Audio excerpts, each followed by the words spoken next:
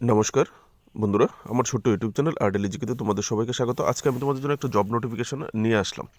যারা মাধ্যমিক পাস আছো, ড্রাইভিং লাইসেন্স আছে, তোমাদের জন্য কিন্তু একটা বড় একটা সুযোগ এসছে। ঠিক আছে, central industrial security board CISF এর ড্রাইভারের নিয়োগ হচ্ছে।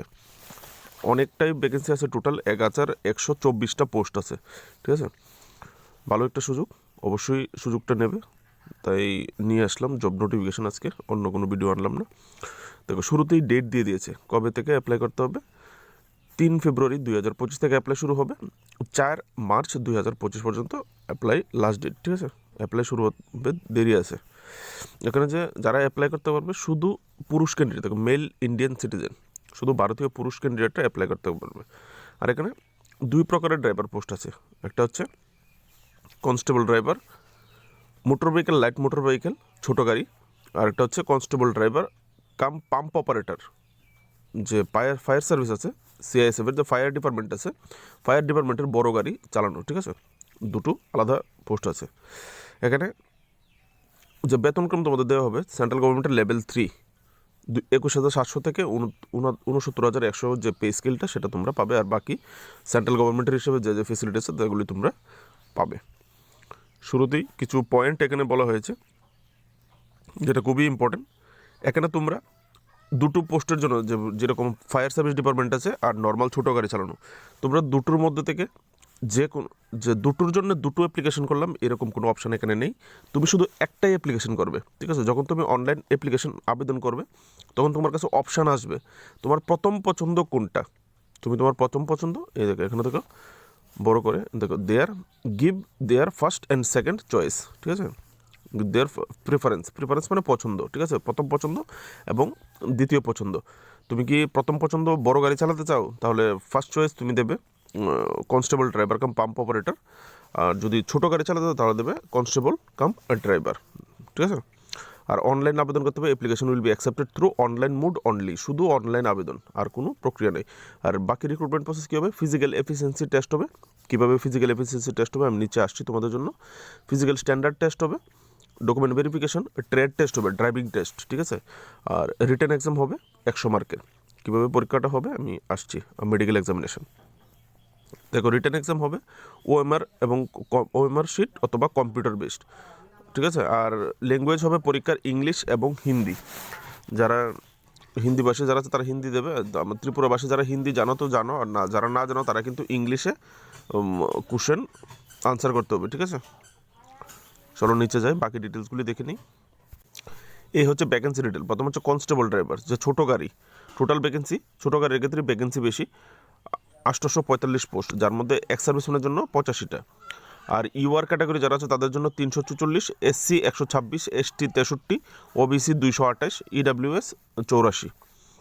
পাম্প অপারেটর, যেটা ফায়ার সার্ভিস ড্রাইভার, 279টা, যার মধ্যে ইউআর 116, SC 41, ST 20, OBC 75, আর EWS 27টা পোস্ট। এক্স সার্ভিসম্যান ক্যান্ডিডেটদের জন্য রিজার্ভ আছে। টোটাল 1124টা পোস্ট আছে। ঠিক আছে, তো তোমরা ভ্যাকেন্সি ডিটেলসটা পেয়ে গেলে, এখন দেখে নেব এজ ক্রাইটেরিয়া। এখানে এজ লিমিট কী কী লাগবে। এজ তোমার 21 থেকে 27 বছরের মধ্যে হতে হবে, জেনারেল ইউআর ক্যাটাগরি যারা আছো তাদের ক্ষেত্রে। ঠিক আছে, আর এখানে যারা government employee, government servant, the upper age limit also relaxable for government servant including CISF, যারা CISF-এরও যদি অন্য ডিপার্টমেন্টে চাকরি করে থাকেন, যদি ড্রাইভার কনস্টেবল দিতে চান, তাহলে constable GD, rifle fire, constable tradesman, এরকম যদি কেউ থেকে থাকেন, তো তাদের ক্ষেত্রে 40 বছর upper, general EWS OBC government employee. আর ঠিক আছে, আর SC ST গভর্নমেন্ট এমপ্লয়ীদের ক্ষেত্রে 5 বছর আরও বেশি, মানে 45 বছর পর্যন্ত অ্যাপ্লাই করতে পারবে। ঠিক আছে, আর নর্মালি যে এজ রিল্যাক্সেশনের ক্রাইটেরিয়াটা, এখানে আরেকটা আছে 5 বছরের এজ রিল্যাক্সেশন একটা আছে, সেটা হচ্ছে গুজরাট দাঙ্গা এবং 1984-এর যে দাঙ্গা হয়েছিল, শিখ দাঙ্গা, এই দাঙ্গার মধ্যে এফেক্টেড ফ্যামিলির মধ্যে যদি কেউ থাকে, তাহলে তারা 5 বছরের এজ রিল্যাক্সেশন পাবে। তো আমাদের ত্রিপুরাতে তো সম্ভাবনাটা কম এই ধরনের। ঠিক আছে না, মানে গুজরাটে আর পাঞ্জাবে বেশি এই ভ্যাকেন্সিটা। তাই বলে এই ক্যাটাগরিটা তোমাদের দরকার নেই কলমটা। ঠিক আছে, এখানে হচ্ছে এডুকেশনাল কোয়ালিফিকেশান। এডুকেশনও তোমাকে মাধ্যমিক পাস হলে হবে সরকারি স্কুল থেকে, ঠিক আছে। এখান থেকে দেখেন তো। আর ড্রাইভিং লাইসেন্স তোমাদের লাগবে। লাইট মোটর ভেহিকেল অথবা transport vehicle, heavy motor vehicle বা যেটাকে ট্রান্সপোর্ট ভেহিকেল বলা হয় লাইসেন্স, লাইট মোটর ভেহিকেল এবং মোটর সাইকেল বাইক চালানোর লাইসেন্স তোমাকে থাকতে হবে। এখানে এই কলমটা না দেখলেও হবে। এই কলমটা হচ্ছে ট্রাফিক রুলস হিসাবে মোটর ভেহিকেল অ্যাক্টের হিসাবে কেউ 18 বছর নিচে ছোটো গাড়ি চালাতে পারে না, কেউ 20 বছরের নিচে বড় গাড়ি চালাতে পারে না, ঠিক আছে। তো এই কিছু এখানে রুলস দেওয়া আছে যেগুলো তোমাকে হবে না। এই যে 18 বছরের নিচে গাড়ি চালাতে পারে না, যে কারণে বয়সটা 21 করা হয়েছে, কারণ তোমাকে এখানে 3 বছরের এক্সপিরিয়েন্স চাওয়া হয়েছে। 3 year experience of motor vehicle অথবা ট্রান্সপোর্ট ভেহিকেল বা মোটর সাইকেল, এগুলি তোমার চালানোর মানে গাড়ি চালানোর অভিজ্ঞতা তোমার কাছে থাকতে হবে 3 বছরের। যে কারণে বলা হয়েছে 18 নিচে তো কেউ চালাতে পারে না। তো তুমি যে সময় গাড়ি চালানো শুরু করবে তাহলে তো নিশ্চয়ই 18-র পরে, তো 18 আর 3 এমনিতেই 21 হয়ে যায়। তো এই কারণে বয়সটা 21 থেকে 27 বলা হয়েছিল, দেখেছো। তো 3 বছরের কিন্তু তোমাদের কাছে এক্সপিরিয়েন্স থাকতে হবে। আমি ভিডিওটা স্টপ করেছিলাম। তো 3 বছরের এক্সপিরিয়েন্স তোমাদের থাকতে হবে আর গাড়ি চালানোর ক্ষেত্রে, ঠিক আছে। বড় গাড়ি হলো বড় গাড়ি, ছোটো গাড়ি। তো তোমার যদি এক্সপিরিয়েন্স আছে কোনো ড্রাইভিং স্কুল বা কোথাও থেকে তুমি একটা সার্টিফিকেট ইস্যু করে নেবে, ঠিক আছে, যেখান থেকে এরকমের সার্টিফিকেট দেওয়া হয়ে থাকে। এখানে দেখো আরেকটা জিনিস বলতে আমি ভুলে গেছিলাম, স্কিপ করে চলে গেছিলাম। এই যে নর্মাল যারা SC ST আছো তাদেরকে 5 বছরের রিল্যাক্সেশন হবে, আর যে OBC যারা আছো তাদেরকে 3 বছরের রিল্যাক্সেশন দেওয়া হবে, ঠিক আছে। এই দেখো 5 পয়েন্ট এই কলমটাতে লেখা আছে, ঠিক আছে, 5.1.4 কলমটাতে। এখন হচ্ছে ফিজিক্যাল স্ট্যান্ডার্ড বাকি স্টেটগুলির তোমার দেখার প্রয়োজন নেই। তুমি আমরা যেহেতু ত্রিপুরাবাসী, তো ত্রিপুরাটা দেখে নেবে এখান থেকে। সেকেন্ড কলমে দেখো যে Sikkim, Nagaland, Arunachal Pradesh, Manipur, Tripura, Mizoram, Meghalaya, Assam, Himachal Pradesh, Jammu and Kashmir subject to the proclamation either domicile certificate. তোমরা কিন্তু ডোমিসাইল সার্টিফিকেট প্রোভাইড করতে হবে তুমি যে এই অঞ্চলের, ঠিক আছে। তো তুমি ত্রিপুরার PRTC অবশ্যই তোমাকে সাবমিট করতে হবে। সেক্ষেত্রে তোমার হাইট 160 সেন্টিমিটার হলেই তুমি আবেদন করতে পারবে। আর বুকের যে মাপ 78 সেন্টিমিটার নর্মাল হতে হবে, আর ফুলিয়ে 83 সেন্টিমিটার হতে হবে। আর যদি ST ক্যাটাগরি যারা বাইরে আছো তোমাদের ক্ষেত্রে হাইট সেম থাকবে। দেখো এখানে দেওয়া হয়েছে all candidate belonging to ST schedule tribe 160 centimetre তোমাদের উচ্চতা থাকবে, কিন্তু চেস্টের ক্ষেত্রে 2 সেন্টিমিটার কম আছে তোমাদের, 76 সেন্টিমিটার নর্মাল আর ফুলিয়ে 81 সেন্টিমিটার, ঠিক আছে। তাহলে ফিজিক্যাল স্ট্যান্ডার্ড টেস্টটা কিন্তু পেয়ে গেলে, ঠিক আছে।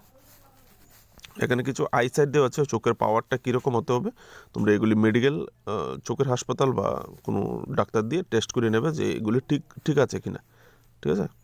এখান থেকে এটা দেখে নেবে। ট্যাটু রিলেটেড কিছু ইনস্ট্রাকশনস আছে, এগুলি একটু সময় করে তোমরা পড়ে নেবে। নোটিফিকেশনটা অনেকটাই বড়।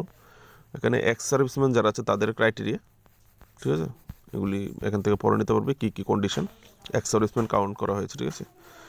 তারপরে হাউ টু অ্যাপ্লাই, কীভাবে অ্যাপ্লাই করবে। অ্যাপ্লাই তো অনলাইনই করবে। অনলাইন অ্যাপ্লাই করার জন্য যে ওয়েবসাইটটা সেটা হচ্ছে এখানে দেখো এই লিঙ্কটা, হ্যাঁ, হচ্ছে CISFREC.CISF.gov.in। এই ওয়েবসাইটের মাধ্যমে তোমাদেরকে অ্যাপ্লাই করতে হবে। আর এখানে জোন দেওয়া আছে state and union territory jurisdiction, ঠিক আছে। জুরিডিকশন এখানে আলাদা আলাদা স্টেট ওয়াইজ জুরিডিকশন আছে। যদি আমি ত্রিপুরার ক্ষেত্রে যাই তাহলে আমার কিন্তু একদম নিচেরটা এই হচ্ছে আমাদের জুরিডিকশন। অরুণাচল প্রদেশ, আসাম, মেঘালয়, মিজোরাম, নাগাল্যান্ড।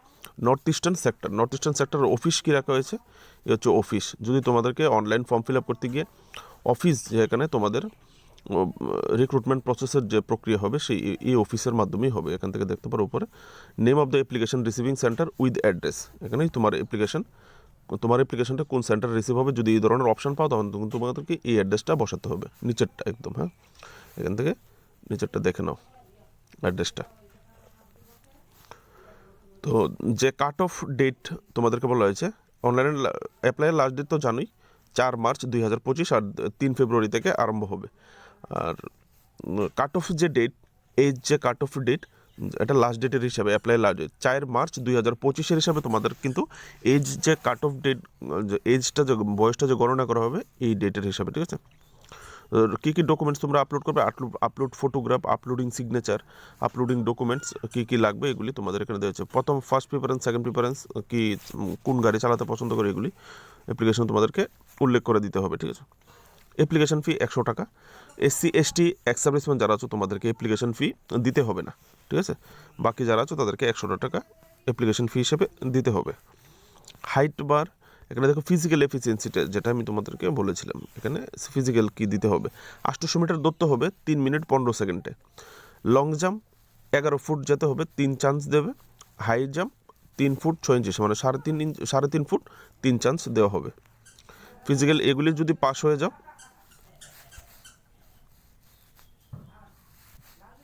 এবার সেটা সবচেয়ে যেটা জরুরি সেটা হচ্ছে ট্রেড টেস্ট। ঠিক আছে, ট্রেড টেস্ট এখানে দেখো ড্রাইভিং টেস্ট হবে ছোটো গাড়ি, যে লাইট ভেহিকেল ছোটো গাড়ি চালানোর 50 মার্ক, 50-এর মধ্যে 25 তোমাকে পেতে হবে।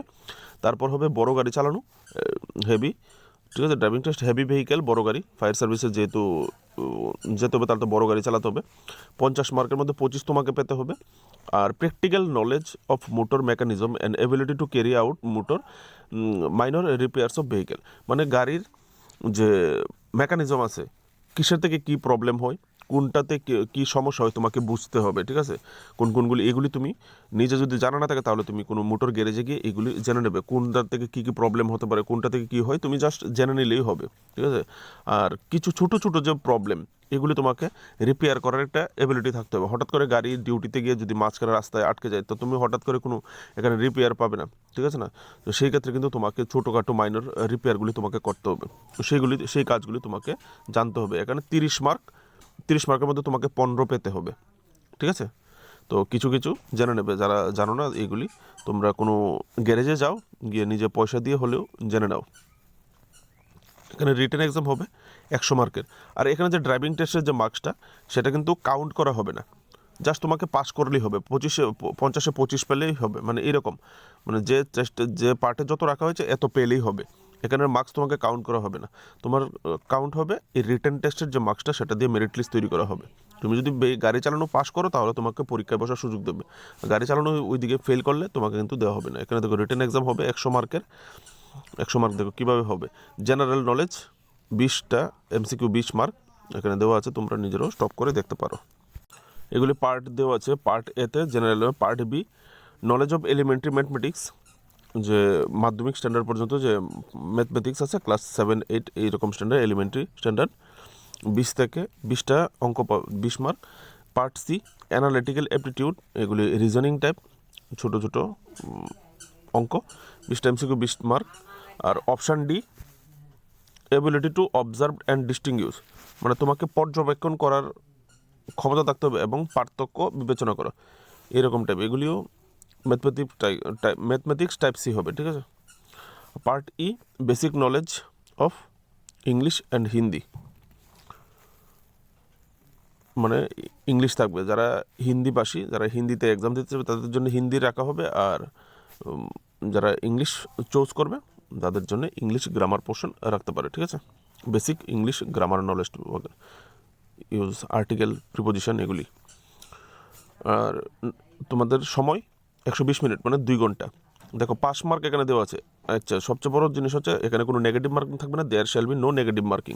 তুমি 100টাতে 100টা কোশ্চেনই তুমি আনসার করতে পারবে, ভুল উত্তরের জন্য নাম্বার কাটা যাবে না। এখানে 5 মার্ক দেখো, you are ex serviceman, EWS এর জন্য 35% পেতে হবে, 35 পেতে হবে। SC ST OBCর জন্য 33 কমসে কম পেতে হবে পাস করার জন্য। আর এটা যেহেতু অল ইন্ডিয়া বেসিস এক্সাম, তো সেই ক্ষেত্রে যে যত বেশি পাবে মেরিট লিস্টে ঢোকার ততটাই সুবিধা হবে, কারণ এখানে স্টেট ওয়াইজ কোনো ক্যাটাগরি করেনি যে এই স্টেটের জন্য এতটা, ওই স্টেটের জন্য এতটা, যদি করতো তাহলে স্টেটের মধ্যে লিস্ট তৈরি হতো। ঠিক আছে না, এটা হবে অল ইন্ডিয়া বেসিস। তো যারা যারা দেবে অবশ্যই গাড়ি চালাও ভালো করে, হাত ক্লিয়ার করো, প্র্যাকটিস করো বেশি করে। ঠিক আছে, আর আনসার কি পরীক্ষার পরে এই ওয়েবসাইটে কোন কোশ্চেন আনসার কোনটা দিয়ে দেবে, তোমরা চেক করে নেবে পরে। আর মোটে তোর পর যা ছিল আমি তোমাদের দিয়ে দিয়েছি, এখানে তো আর দেওয়ার নেই 5 মার্ক পর্যন্ত। বাকি ছোটো ছোটো কিছু ডিটেলস সময় নিয়ে তোমরা পড়ে নেবে, দেখে নেবে অবশ্যই। ঠিক আছে, আর এখানে দেখো হেল্প ডেস্ক নাম্বার দেওয়া আছে, any queries candidate may contact help number 011-24-366-431/24 3079 এখানে নাম্বার দেওয়া আছে। সকাল 10টা থেকে বিকাল 1800 মানে 6টা, 10টা থেকে 6টা পর্যন্ত ওয়ার্কিং ডেতে তোমরা ফোন করে জানতে পারো যদি তোমাদের কোনো কিছু জানার ইচ্ছে থাকে। ঠিক আছে। আর দেখো, candidate should be duly prepared 2-3 দিনের জন্য, 2-3 days stay under their own arrangement. তোমার নিজের খরচে 2-3 দিন থাকতে হবে তোমার এই রিক্রুটমেন্ট প্রসেসটার জন্য, যেখানে তোমাকে যাওয়ার জন্য বলা হবে। তো বন্ধুরা, এগুলি নিচে কিছু ফর্ম দেওয়া আছে, যেমন one time registration form, OTR, এগুলি ভরতে হবে তোমাদেরকে অনলাইনে অ্যাপ্লাই করার সময়। যার যার কাস্ট ওয়াইজ এখানে ফর্ম আছে, নিচে স্ট্রাকচারগুলি দেখে নেবে, এই স্ট্রাকচারগুলি তোমাদেরকে ফিল আপ করতে হবে। ঠিক আছে। সো ভিডিও ভালো লাগলে অবশ্যই লাইক করবে, চ্যানেলটাকে সাবস্ক্রাইব করে সাপোর্ট করবে। আর যদি তোমরা জব নোটিফিকেশান চাও কি না এই ধরনের, অবশ্যই কমেন্ট সেকশানে জানাবে। আর আমার কাজ তোমাদের পছন্দ হয় কি না অবশ্যই জানিয়ে যাবে। ভালো থাকবে, নমস্কার, বেস্ট অফ লাক সবার জন্য।